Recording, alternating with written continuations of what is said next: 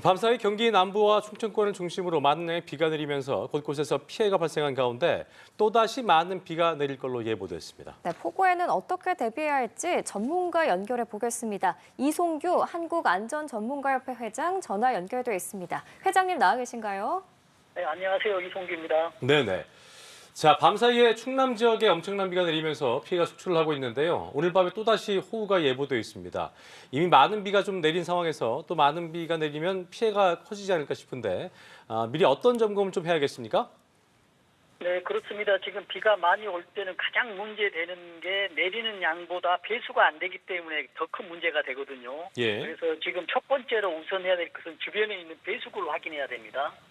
아무리 큰 배수구가 있다 하더라도 네. 그 입구에 낙엽이나 쓰레기, 토사로 인해서 배수구를 막혀버리면 그 배수구는 무용지물이 되거든요. 예. 그래서 배수구를 확인해야 되고요. 그다음에 이제 우리가 차량 같은 경우에는 지하 주차장에 차를 주차를 하지 않습니까? 네. 그래서 지하 주차장에 할 때도 지상에 주차장 하는 것이 가장 좋은 방법이지만 지상에 주차가 불가피할 때는 지하 주차장이 보통 지하 2층, 지상 3층까지 있잖아요. 예. 그렇다라고 했을 경우에 가장 낮은 층에 주차하는 것은 기피해야 됩니다. 피해 주셔야 됩니다. 네. 왜냐하면 만약에 물이 들어왔을 때 지하 3층 정도 있었다고 한다면 지하 3층부터 물이 쌓아진 다음에 지하 1층, 지하 1층 이렇게 되기 때문에 예. 가장 낮은 층에 지하 주차하는 것을 피해야 되고요. 특히 이제 뭐 반지하 주택이나 이런 지하 주차장 입구에 뭐 물막이판 이런 것들을 좀 점검하는 것도 중요하겠습니다. 예. 네, 이렇게 비가 많이 오면서 정부가 중대본을 3단계로 격상했고 또 풍수의 위기경보도 심각 단계로 상향했는데요. 이에 따라서 어떤 조치들이 이뤄지는 건가요?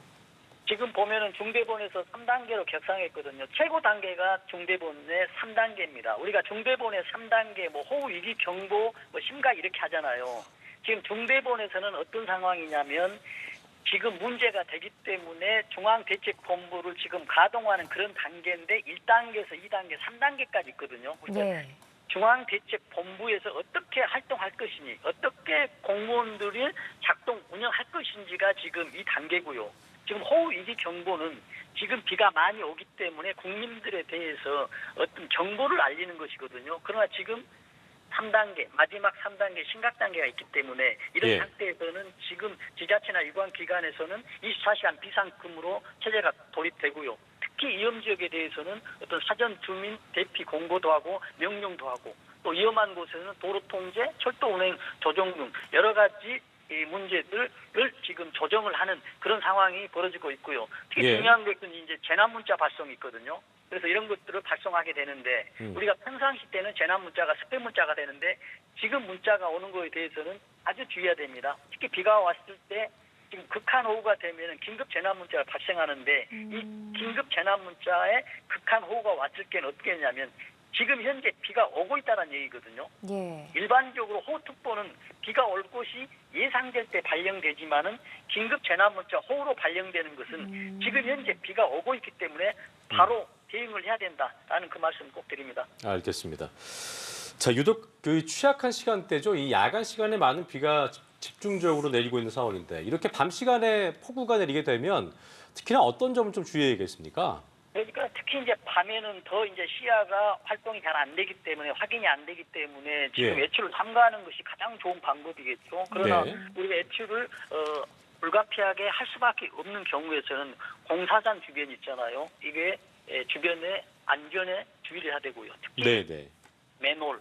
우리가 맨홀 사고가 많이 나잖아요. 네. 갑자기 수압이 높기 때문에 아무리 튼튼한 맨홀도 뚜껑이 열릴 수밖에 없는 상황이 되거든요. 오래되고 녹슬었기 때문에 이런 걸 주의해야 되고 특히 이제 운전을 할 때 어떤 공사장 주변이나 지하차도 어떤 하천변을 운전할 때 또 주의해야 되겠습니다. 특히 이제 우리가 정전 같은 데 대비를 해서 어떤 뭐 휴대전화에 뭐 배터리 아니면 손전 등 이런 것도 준비하는 것이 굉장히 중요하고요. 또 여러 가지 어떤 상비약을 가지고 준비하는 것들 우리가 보통 보면은 대부분 사람들은 매일 약을 삼시세끼 복용하는 분도 있잖아요. 그렇습니다. 그러나 만약에 대피가 실행이 됐을 경우에는 약을 쏘지 않고 간다면 어떤 약국이나 이런 의료진 이런 혜택들이 굉장히 이런 소통들이 어렵기 때문에 이런 것도 꼭 주의해야 되겠습니다. 네. 회장님이 앞서 말씀해 주신 것처럼 비가 이렇게 많이 오면 배수로 확인 물론 중요하겠지만 오늘 오전에 충남 공주시 배수로를 정비하던 주민들이 이 폭우에 쓸려 내려온 토사에 매몰됐다가 구조되는 일이 있었거든요. 이렇게 많은 비가 쏟아질 때는 배수로 정비도 좀 피해야 할까요? 당연히 굉장히 위험한 행동이거든요. 아. 지금 계속 TV에도 배수로 정비하는 거 지금 맨홀 뚜껑이 뭐 쓰레기에 막혀 있어가지고 쓰레기를 이렇게 취하면 물이 해오리처럼 착 그 소용돌이처럼 들어가잖아요. 예, 예. 예. 근데 만약에 물살이 세면은 저항할 수가 없어요. 그래서 위험합니다. 지금 2년 전에 서울 강남에서 자매가 여기 맨홀에 남매였죠, 남매. 사망했잖아요. 남매. 예, 예. 네. 그때 상황에도 한 사람이 빠지니까 그걸 구출하려고 하다가 예. 같이 빨려 들어가는 경우가 되거든요.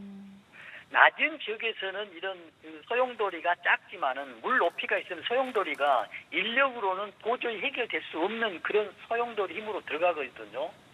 그래서 이런 것들을 발견하게 되면 낮은 지역은 괜찮지만 조금만 무릎 정도만 된다 하더라도 실제 하지 않고 어떤 지자체나 119, 112에 신고하는 것이 가장 안전한 방법이라고 하겠습니다. 예. 자, 충남 초양에서는 산사태가 발생해서 주민이 매몰됐다가 구조되기도 했는데 많은 비에 그 지반이 약해져 있는 상태이기 때문에 여기에 또 비가 내리면 산사태 추가적인 우려도 나오고 있는 상황입니다. 어떤 점 주의해야 될까요? 그렇습니다. 지금 산사태는 비가 많이 온다고 해서 산사태가 꼭 일어나는 것이 아니거든요. 산사태가 발생하는 곳이라면 어떤 곳이냐면 그 산 자체 토질이 좀 약한 것이거든요. 서울에 있는 관악산과 뭐 북한산 같은 경우는 산사태가 잘 나지 않아요. 왜냐하면 그 토질이 바위로 형성되어 있기 때문에.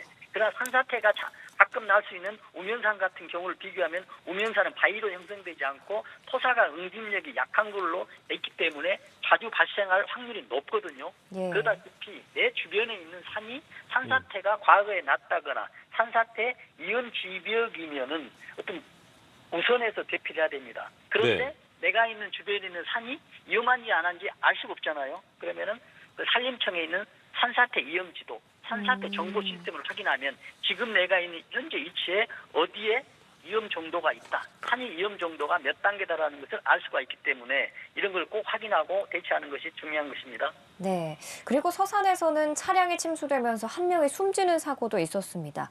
만약에 운전 중에 차량이 침수가 되면 그때는 어떻게 대처해야 할까요?